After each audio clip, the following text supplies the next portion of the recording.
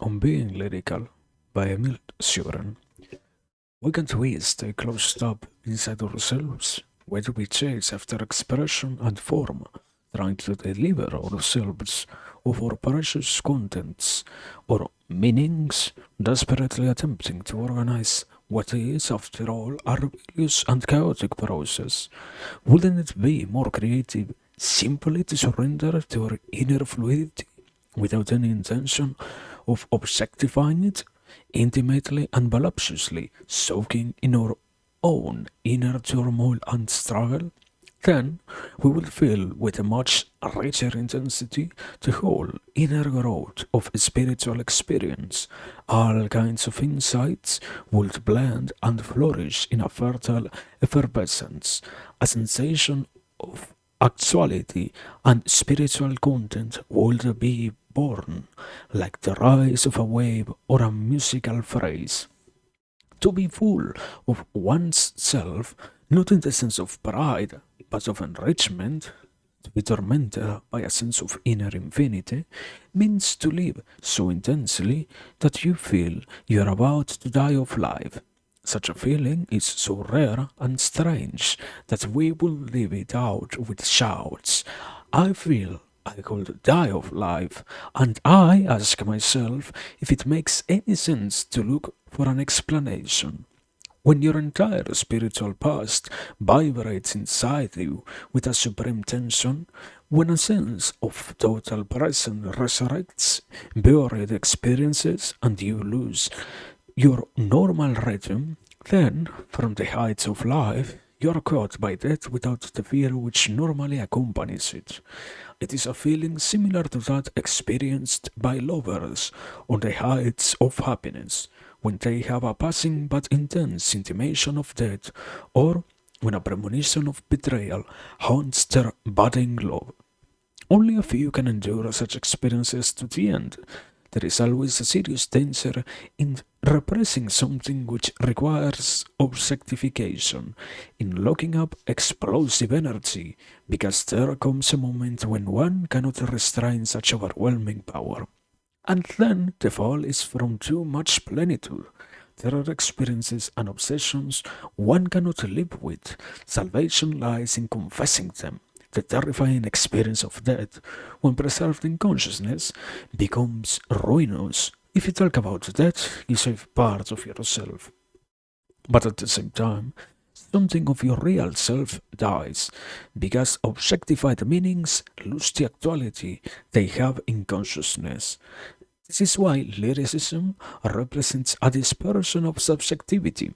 It is a certain quantity of an individual's spiritual effervescence which cannot be contained and needs constant expression. To be lyrical means you cannot stay closed up inside yourself. The need to externalize is the more intense, the more the lyricism is interiorized, profound, and concentrated. Why is the suffering or loving man lyrical? Because such states, although different in nature and orientation, spring up from the deepest and most intimate part of our being, from the substantial center of subjectivity, as from a radiation zone. One becomes lyrical when one's life beats to an essential rhythm and the experience is so intense that it synthesizes the entire meaning of one's personality. What is unique and specific in us is then realized in a form so expressive that the individual arises onto a universal plane. The deepest subjective experiences are also the most universal, because through them one reaches the original source of life. True interiorization leads to a universality inaccessible to those who remain on the periphery. The vulgar interpretation of universality calls it a phenomenon of quantitative expansion rather than a qualitatively rich containment.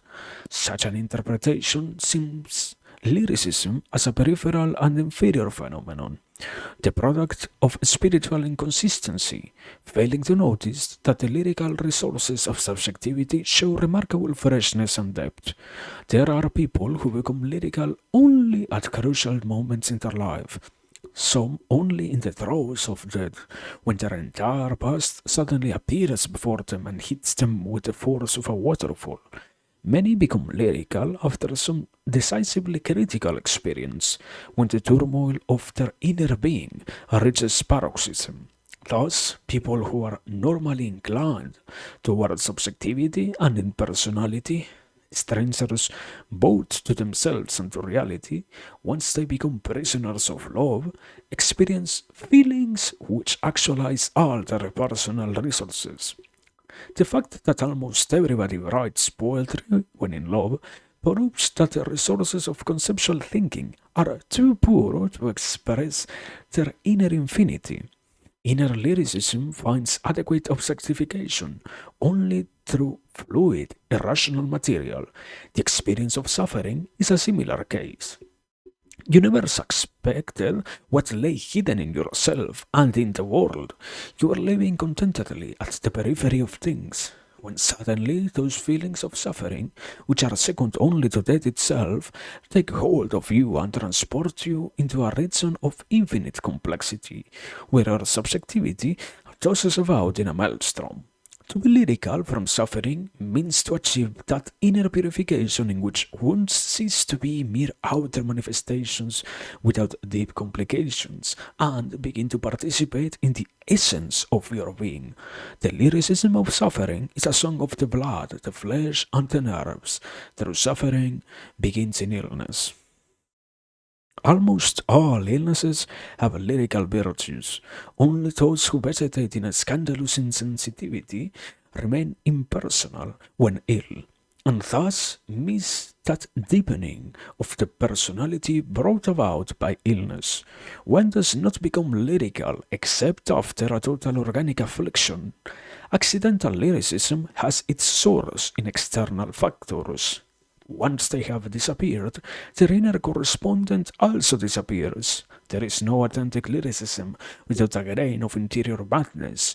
It is significant that the beginnings of all mental psychosis are marked by a lyrical phase during which all the usual barriers and limits disappear, giving way to an inner drunkenness of the most fertile, creative kind. This explains the poetic productivity characteristic of the first phases of psychosis. Consequently, madness could be seen as a sort of paroxysm of lyricism. For this reason, we should rather write in praise of lyricism than in praise of folly. The lyrical state is a state beyond forms and systems. A sudden fluidity melts all the elements of our inner life in one fell swoop and creates a full and intense rhythm, an ideal convergence, compared to the refined culture of sclerotic forms and frames, which mask everything. The lyrical mode is utterly barbarian in its expression. Its value resides precisely in its savage quality.